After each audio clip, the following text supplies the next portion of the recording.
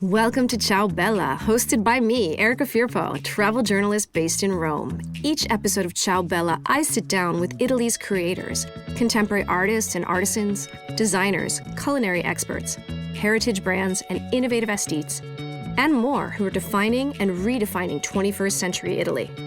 Pull up a chair and join in. Welcome back to Ciao Bella. I'm Allison Sager, and I'm here with Erica Firpo.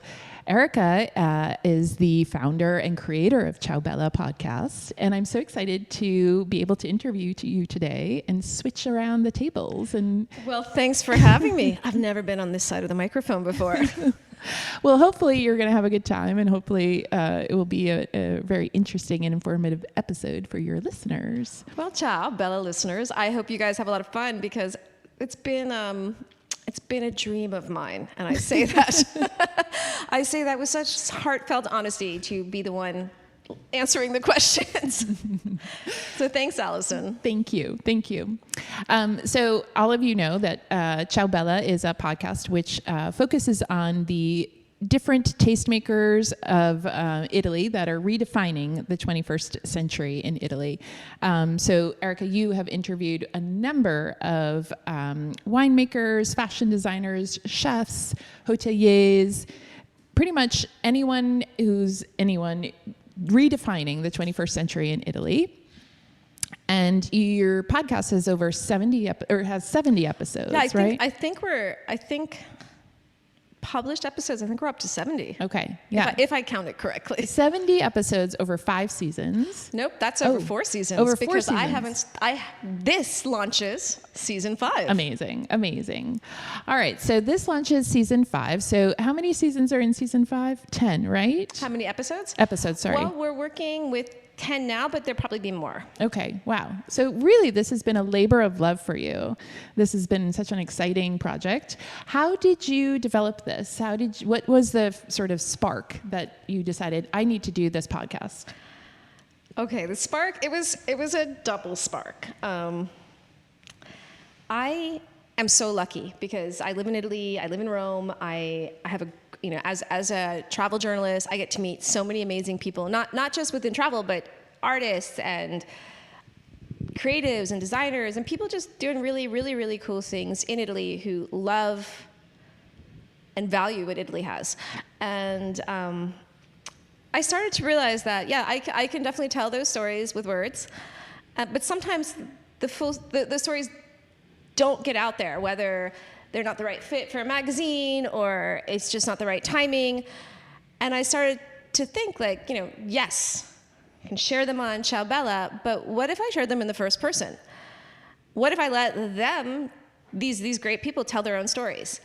And it was kind of a big deal because, like I said, it was a double spark because Darius had been invited on a bunch of podcasts. Darius is your husband. Darius, my husband. And he had been invited on a bunch of podcasts. He had met this great podcaster, Ali, whose last name I forget, but she has an incredible podcast called Ologies, in which she interviews experts in certain areas like archaeology or zoology. Yeah. And he had met her and they had this great conversation. And when he was telling me about it, I also, aside from the fact that I liked what she was doing, I also really liked the technology behind it. Like I was like, oh, it's so cool. Like, I've always been, when social media, like when Twitter first started, I liked the concept, the tech behind it. And I really like the, you're uploading this, you're formatting it yourself. I like the platform. I liked all that kind of behind the scenes stuff. And so it was like kind of like that moment was like the marriage of two great things at once. And that's what spawned me. I mean, at the end of the day, the inspiration is always going to be the amazing people that live in Italy. Right. And I think, you've lived here for 20 years in Rome and you've spent pretty much your whole life in Italy, going back and forth from the US to Italy. So you really are such a curious and you're so interested in discovering these untold stories. So really it's a platform that allows you to do that, like you said. And I think that's amazing. Yeah. And you know what, like it's sometimes they're untold stories. Sometimes they're stories that have been told. It's just, I want you guys to hear them. Yeah, you know? yeah, or told in a different way. Exactly. Even. Yeah, exactly. No, for sure. Okay, so you've done all of these 4 seasons. Now you have the season 5 coming up. Can you tell us a bit about how you have designed these seasons? Like, what do you take into account in terms of when you're deciding who to interview, who should be included, etc.? So I'm pretty lucky. So in the sense, like I was saying, I have this opportunity with my writing to meet these amazing people. So for me, I think if we look at season one was me kind of looking back and looking at my notes and my recordings, because I do record people when I'm interviewing people, for just so that everybody knows, just for my notes. And then I started thinking about, initially for season 1, it was like I went back and I looked at these people that I had met, and then I thought, you know what, I want to reach out to them and I want to interview them. And season 1 started really because I was thinking about the requests I get about Italy and sometimes about Rome, and thinking, wait, that's a little bit like what people expect is a little bit different from what I know. Who are the people that are kind of rewriting 21st century Italy, and not rewriting it, but they're fleshing it out. Yeah. So that's how it started. That's how season 1 came about. Was like so I was reflecting on who I knew. In subsequent seasons, it's been me. I have like some sort of itch that I need to scratch, and I go after that. Or again, I'm really lucky with what I do, and I meet people randomly because I'm going to visit, let's say I'm going to visit Lago di Como, and I meet a small producer of something randomly, and it's like, hey, this would be great, or a bicycle maker, or this new high-tech bicycle with carbon fiber, and it just is like, wait a minute, let's talk about this. Let's talk about why you're so niche, but so, and what does it mean to produce in Italy, and that kind of stuff. Yeah. Well, I think that's what's so unique about who you are, too. You're a very curious person, as I said, but you also think outside the box. I'm a Gemini. You're a Gemini. Birthday is coming up. And you think outside the box. And then I think, too, what you and I have discussed many times, and your point of view on this, I really am inspired by, is you're always trying to tell a different story about Italy. Like the idea that, Italy is not just, well, there's great pizza, pasta, and all the wonderful food.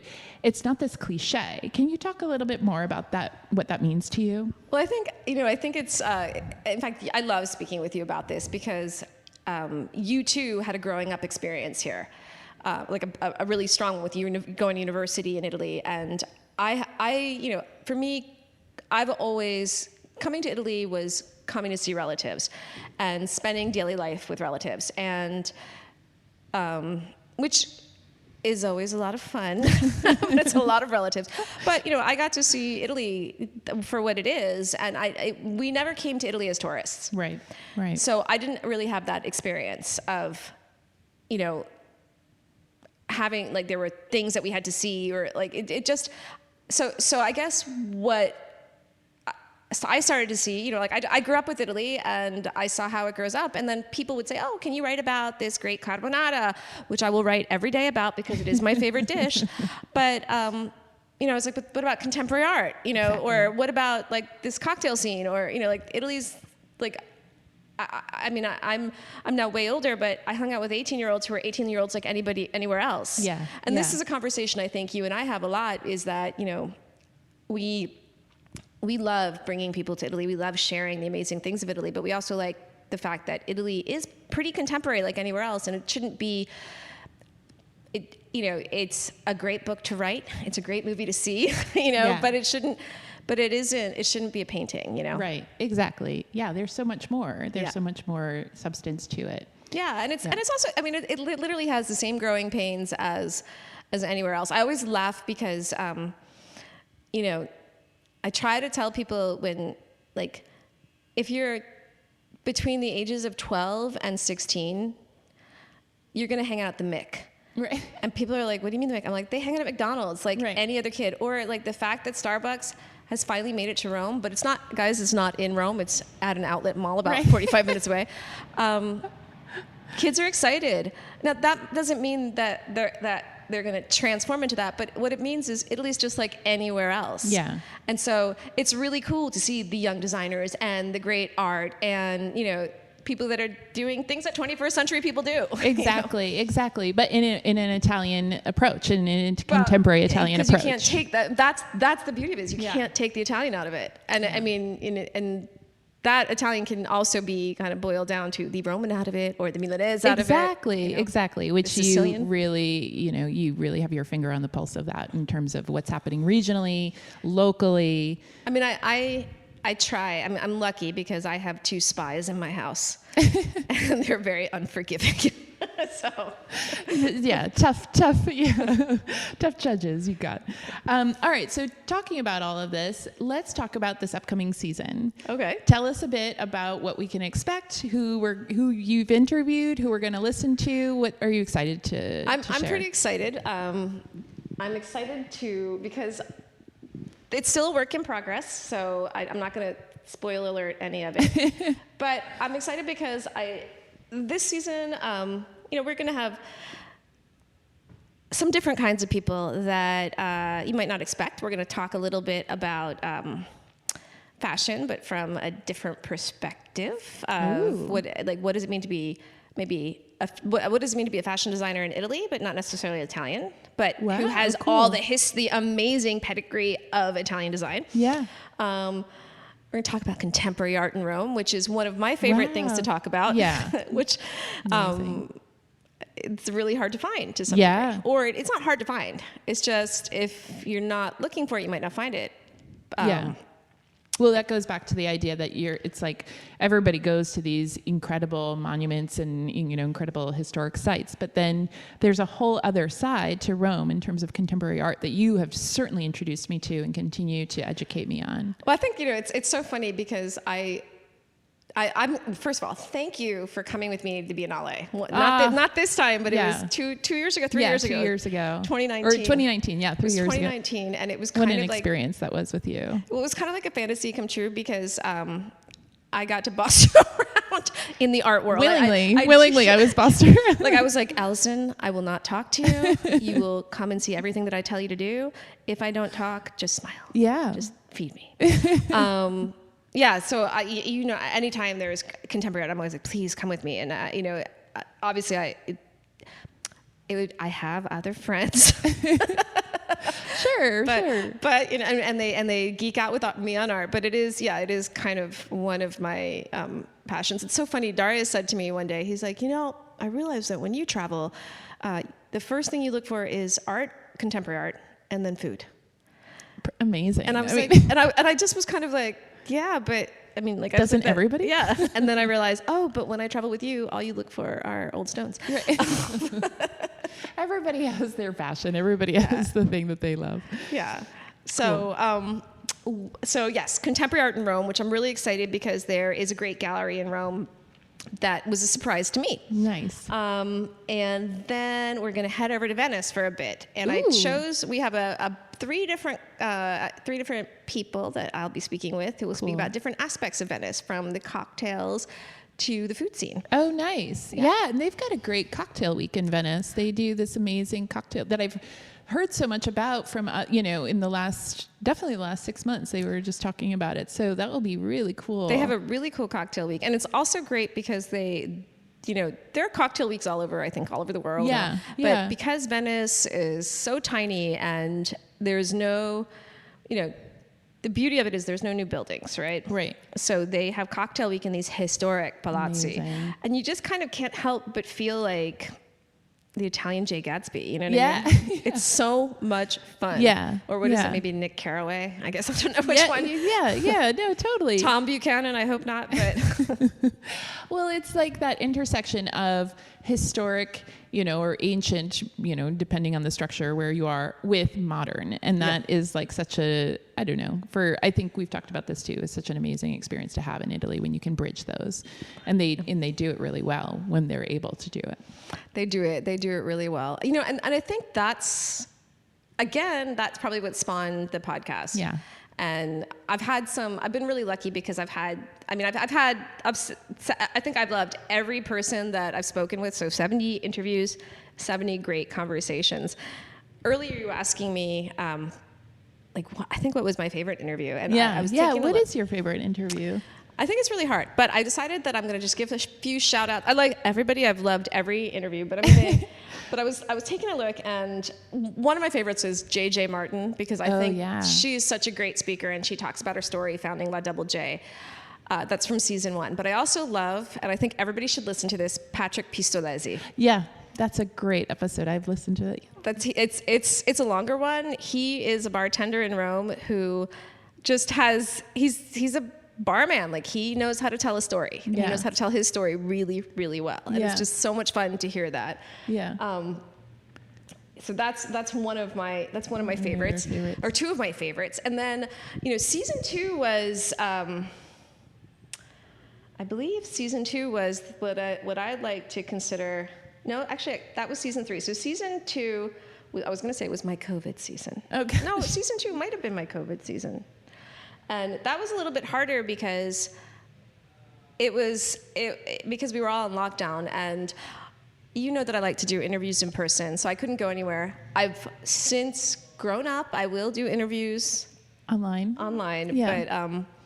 But it was also really hard because a lot of people it was just a tough time for a lot of people. Yeah. But I loved talking to Monica Cesarato about Oh, Cicchetti in Venice. Yep. Which was one of my favorites.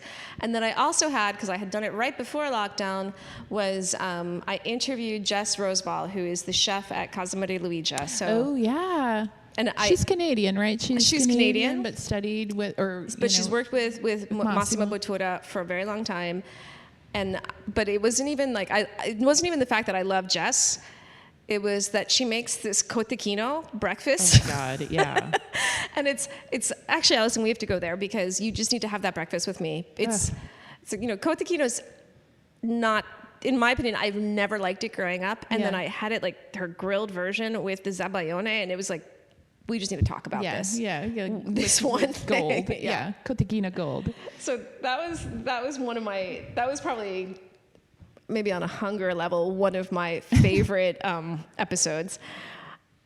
And then I had a great time. I had the honor of interviewing Carol Vale, who is Peggy Guggenheim's granddaughter. Oh, right, yeah. And she's the new director of the Guggenheim. Amazing. And you worked at the Guggenheim. And I worked at for years. So for me, it was like full circle moment. Yeah, it was like kind of nostalgia. I felt like I was coming home. I mean, I got to interview her in the garden at the Guggenheim, which was lovely because that's where I used to work. And I spent so much time there, and it was really cool. Also, like talking to her about her, because Peggy's was a crazy personality. Yeah. And she only got to know her for not a long time in her life, but for her to kind of come full circle and work at the Guggenheim and take it over. Wow. So that was definitely one of my favorites of season 3. And then in season 4, I would say for me, and it's probably the most schizophrenic interview, was my Motor Valley interview, where I interviewed like the heads of many supercars. But I was in Modena for Motor Valley Week, so it's like 4 or 5 days of supercars, like super fast, super expensive cars, and you're like, I'm gonna have to use this pun. You're like totally revved up, and everybody was like super revved, and it was like kind of like living my Italian. Exactly. I was in 5th gear, and it was like living my Italian version of Fast and the Furious, and even though it wasn't at all Fast and the Furious, which is a great movie, and so that was just great. Also because there is, again, one of those amazing things, Italy has been innovators of supercars and luxury cars, but not just simply like these fast Ferraris, but like the details, like how they make the lights, or how they're putting together the chassis. I mean, it's nuts. Yeah. And so that to me was like, I love cars, so that's probably one of my top interviews. And then we've got some coming up that I'm not going to tell you. Yeah. Oh, no, that's so cool. And I think, what you've just talked about the cars in terms of like the finer details. I think for me, your podcast really gets down into that. Like with each interview, you're really going down into the finer details, which, as you were saying prior, like it's not usually possible to do that in an article, or to really get deeper and go, to really ask those questions that everybody maybe one day wanted to ask but didn't have the time or didn't have the opportunity. So and I think it's nice because I think also what happens is I try to keep everything really, really casual, just like us. Yeah, exactly. And that comes through. Yeah. And I do feel that for the most part, most people end up relaxing with me. Yeah. Sometimes they even get my really bad jokes. And then they relax and they start telling more details that don't always come out when you have 20 minutes for a Q&A that's structured and you're like, oh, I'm a journalist. And exactly. Yeah. I will say one of my favorite episodes of yours is the Sant'Eustachio episode. Oh, with Federica. Yeah, I love that episode. It was so informative in many ways. Like I knew a little bit about coffee, but I didn't know, it was just so cool. And I didn't know the history and then their family. And then also even, it's funny because, I don't really drink a lot of coffee. I drink mostly decaf, but I drink 1 cup a day. Yeah, exactly. Got to keep it up. And it was just so interesting how she was talking about like the caffeine, like how caffeinated their coffee is. And then I don't know. And I mean, that's such a classic Roman coffee place, but you really, you brought new life to it. You brought a new spin to it. And obviously she's the current generation, she's third generation. She's third generation.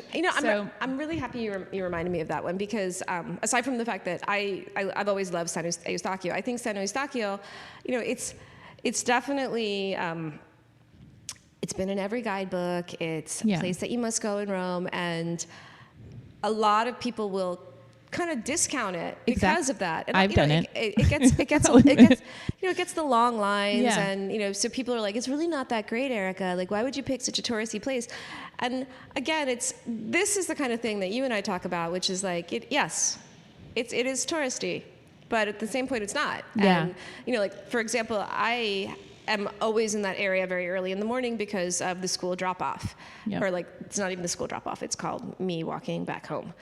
And I'd like to walk past that, and it's a different beast. There's nobody there except for the drivers of Senate members. Yeah, yeah. And then even when we were there during lockdown, there were a bunch of Senate members there. Oh, yeah. I remember that day. That. And I was like, wow, this is such a different experience that I'm sure they're there constantly during the day, but you don't necessarily see that. You don't see, and I mean, I know that everybody's like puts it on the checklist and they've got to get the stuff. And I tell people, please, go buy. I bring beans back to my friends and family when I come back. And but it is like what's amazing about it is still it's really, really local. Yeah. Amidst all of that, and exactly. You know what a great time to go is also at like midnight.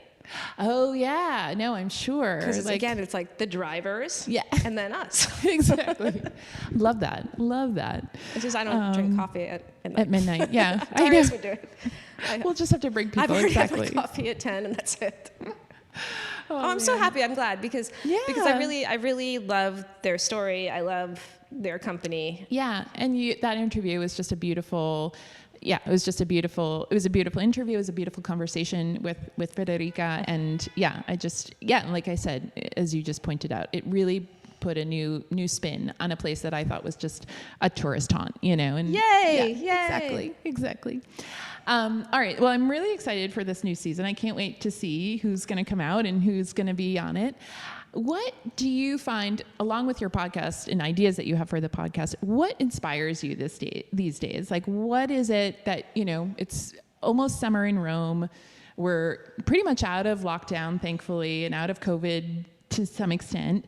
What is inspiring you, whether it's, the beauty of Rome or the beauty of Italy, places, destinations? What is kind of in your mind these days? Wow, you didn't tell me you were going to ask that question. It's a tough one. This is a spontaneous one. I think what inspires me. It's funny.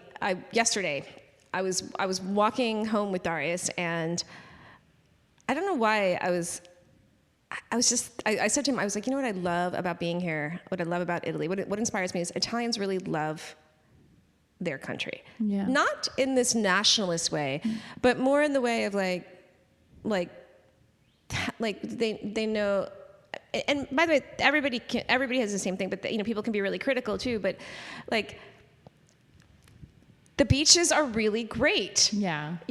And the beaches that are great are really great. Obviously, there's going to be not the great ones too. That happens everywhere. But it's like, the prosciutto's really good, and the wine is really good. And I think what inspires me is that there's so much pride with these producers, and I think that's what inspires me. When you find, like, I was Emilia the other day. She was at the beach with her boyfriend in Abruzzo. Mm-hmm. Emilia is your daughter, so just. And she showed me a picture of, she's like, they hadn't set up the Seraglio and the Latini. They hadn't set up but they were just putting up the poles, these wooden poles for the umbrellas, right? Yeah. And it was like all organized. Yeah. It was all lined up. And it was going to be a serious job because they took a really big pride in the umbrellas. Kind of like when I was in Forte dei Marmi, and those beach clubs like Hotel Byron. Yeah. They have the hotels, and then they have the beach clubs. And their beach clubs, in April they just started setting them up, and they were putting these beautiful wooden awnings, with the canvas awnings out on the beach, in lines, organized. And they were like, we're going to do a really good job. And at the end of the day, we're going to clean the beach. It's like, that's, I don't know if that answers your question. Yeah, no, I think so. I mean, the passion, the precision, the appreciation. Yes. In every little thing that is done here, I think, is incredibly inspiring, and it changes seasonally, and it's definitely, and I think too, you are one that you often are just going out to explore places you don't even know what you're looking for, and I think that's such an amazing aspect of your personality and what you love to do in life is just like, let's go out, open eyes. Well, I think I've always really just enjoyed finding things. Like, that's just always been me. And I'm lucky because I have some really great people in my life, like you, like Darius, like our kids, like my friends, like my cousins, that kind of all have that in different facets, that same curious desire, which reminds me, like, you're just making me think, like, I just went to this restaurant, and I want you to come with me because you're one of my favorite people to eat food with. I love to eat. You're such a good eater. You're such a good eater. It's like, when Allison and I eat, it's kind of like playing chess, but playing chess like in team chess. I don't even know if that exists. Exactly. It's like, because we structure everything so well. But anyhow, this place Marzapane on Via Flaminia, they reopened. The owner is Sicilian. He's got these two chefs that are Roman, but it's really inspired by Sicily. And I mean, it's all the cuisine are kind of different aspects from Agrigento, but they have a grill. So like everything revolves around grilled or smoked. Ooh, oh my gosh. And it's kind of crazy. And the flavors are nuts. Like they're grilling and smoking bread. They're like, so I went there the other day, and it was like, I kind of was just like, let me go check it out. So I went to eat, and then I dove down this rabbit hole of marzapane and grilling and these flavors from Sicily, and we had like this dish that had like the last mandarini. I mean, it was nuts. Oh my gosh. And it was just really great because I knew the restaurant when it used to be in another location, and I just kind of wanted to check it out and see, what's going on now. And then it became this deep dive into the world of, I'm not a chef, but the world of using grill, like focusing everything on grill cooking. So they also have this open kitchen, which essentially you can sit at the chef's table, which is a bar counter with grill. Yeah. And then it's like amazing. Like they had this zabaglione that was nuts. Not that the zabaglione was grilled, but in it, what they put inside it were grilled, as well as they put fresh peas. Wow. So that was kind of crazy. Yeah. That was totally nuts. But aside from that, but you know what I mean? Like, yeah. It's like you step into a door, you walk through a doorway, and you enter, even if it's a tiny world, a very intense world, and that's what I love. Yeah, and you have an instinct for that. I mean, that is one of your many talents. You have this incredible. No, you do. And that's why I think your podcast is such a beautiful offering to people. Like, you are able to be very open and curious, and at the same time you have this instinct of saying, what's behind that small little door? What's around that little corner over there? Who is this person? I want to know some more about them, or I want to chat with them a little bit more. And I think that's why, you're able to tell these stories, these stories that maybe somebody else would just kind of take a moment and say, no, I'm not so sure, I don't. But you really follow your heart, you follow your passion, you follow your instinct, and that really comes through in your podcast. Oh, thank you. That makes me really happy. Yeah, thank you so much. For sure. All right, well, it's been such a joy to chat with you. Thank you so much for turning the tables and giving your listeners a chance to get to know more about you. Is there anything you wanted to share with listeners that maybe hasn't come through in the podcast, or maybe something unique that they don't know about you that... all I would say is that please, I love hearing back from you. So you can reach me. Go to my website, ciaobella.co. There's a contact page. Tell me what you like. Tell me what you don't like. If you want to suggest someone, because I love feedback, and so please, I try to make my website. This is gratuitous. I was going to say I try to make my website interactive. It's not interactive. It's a website, but I like to be interactive. Yeah. So please. And you're also on Instagram and Twitter. You're very active on your social channels as well, so they can find you there. So yeah. Erica Firpo. On Instagram, it's my name, Erica Firpo, ERICA-FIRPO. On Twitter, it's a nickname, Moscharina, which is MOSCERINA. Means little fly, because I was like a little fly buzzing around. Right. And I've taken it to be like a little spy fly. Yes, I like exactly. To find fly little on story. the wall. Yeah. And also I am on Facebook. I'm not fully on Facebook. I am fully on Facebook. I'm just not fully there. Yeah. I don't know what that means. But my point is, you can find me. Please reach out and let me know what you think. Give me some feedback. I love interaction. Yeah. I'm a Gemini. You're really great. No, you're really great with that too. Like, you're great at interacting with people and responding and, kind of following, a little planted seed too. So yeah. Cool. And your listeners, if you're not already listening, and this is maybe the first episode that you've heard, your podcast is available on Apple iTunes podcast, whatever. Yeah. iTunes, Spotify, iHeartRadio. It's everywhere. You can find it on Stitcher, wherever you listen to podcasts. Stitcher, yep.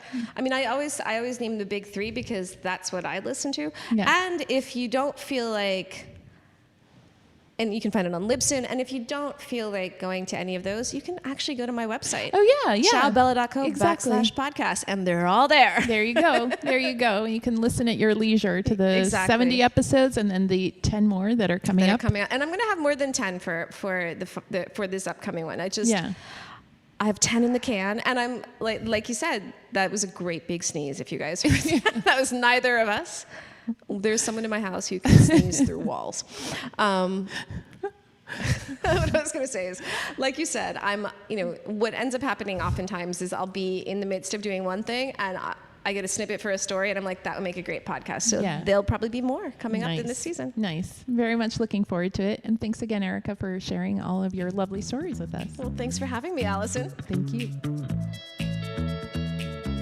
Thanks for listening to this week's episode of Ciao Bella. If you'd like to know more about today's guest, please visit ciaobella.co and click on the podcast link, or go directly to ciaobella.co/podcast. Want more Italy? You can find all my episodes on iTunes and Spotify and Stitcher. When you have time, subscribe to iTunes and rate the podcast. What are you waiting for?